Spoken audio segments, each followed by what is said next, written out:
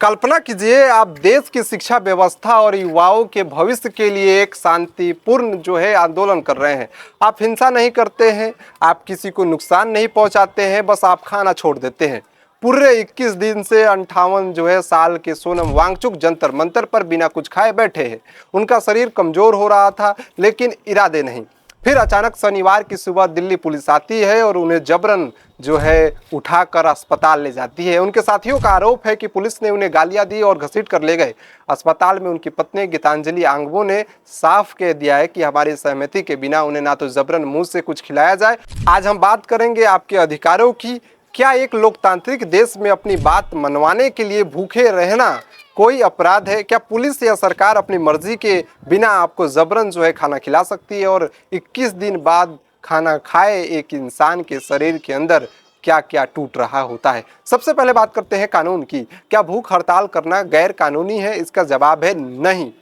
हमारे संविधान के अनुच्छेद 19 यानी आर्टिकल 19 हर नागरिक को अपनी बात कहने और शांतिपूर्ण विरोध करने का मूल अधिकार देता है। भूख हड़ताल इसी लोकतांत्रिक विरोध का एक तरीका है जिसकी शुरुआत महात्मा गांधी के सत्याग्रह से हुई थी।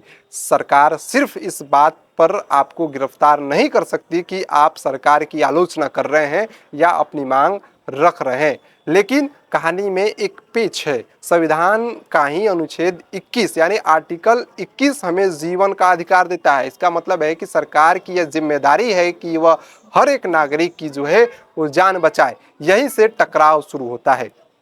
सरकार कहती है कि हम आपका विरोध नहीं कर रहे हैं, हम आपकी जान बचा रहे हैं। क्या अनशन करना आत्महत्या की कोशिश मानी जाएगी?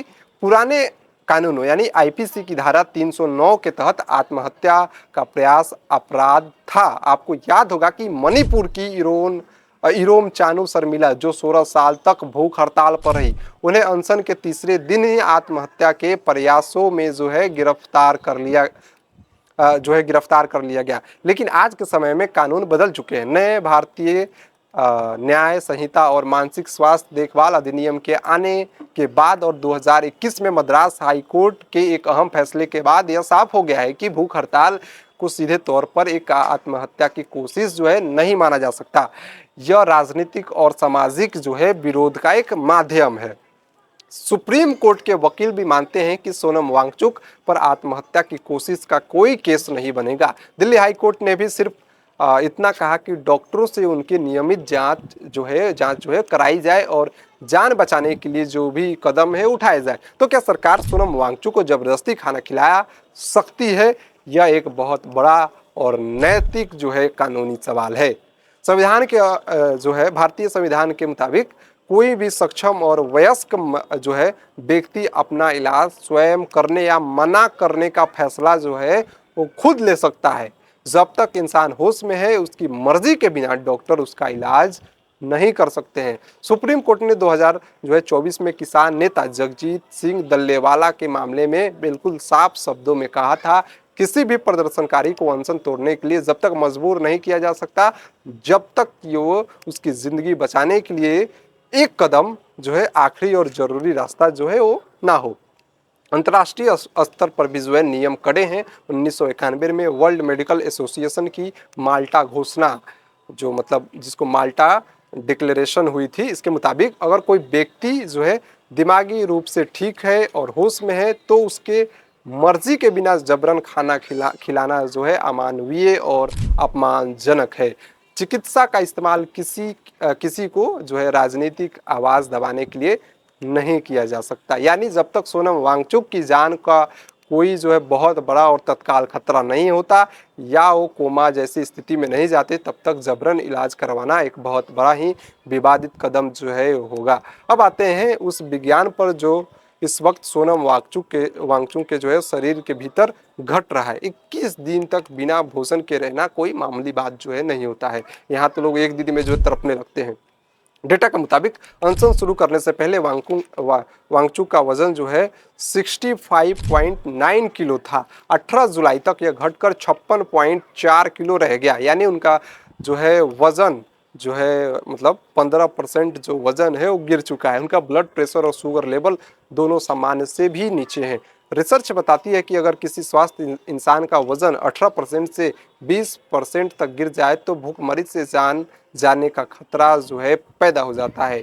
जब हम खाना छोड़ते हैं तो शरीर के अंदर चार जो है चरणों से जो है गुजरना पड़ता है। पहला चरण है शरीर में जमा ग्लूकोज जो है वो खत्म हो जाता है। दूसरा जो है शरीर फैट जलाकर ऊर्जा बनाता है। तीसरा जो है सबसे खतरनाक चरण है उस फैट जो है खत्म होने लगता है तो शरीर अपनी ही मांसपेशी यानी मसल्स और प्रोटीन्स को जो है खाने लगता है। इसी स्थिति में आर्गन फ्लोर यानी अंगों के काम जो है वो बंद करने और कोमा का खतरा सबसे ज़्यादा जो है वो होता है। चौथा चरण है सीधे परमात्मा के पास जाना यानी मृत्यु।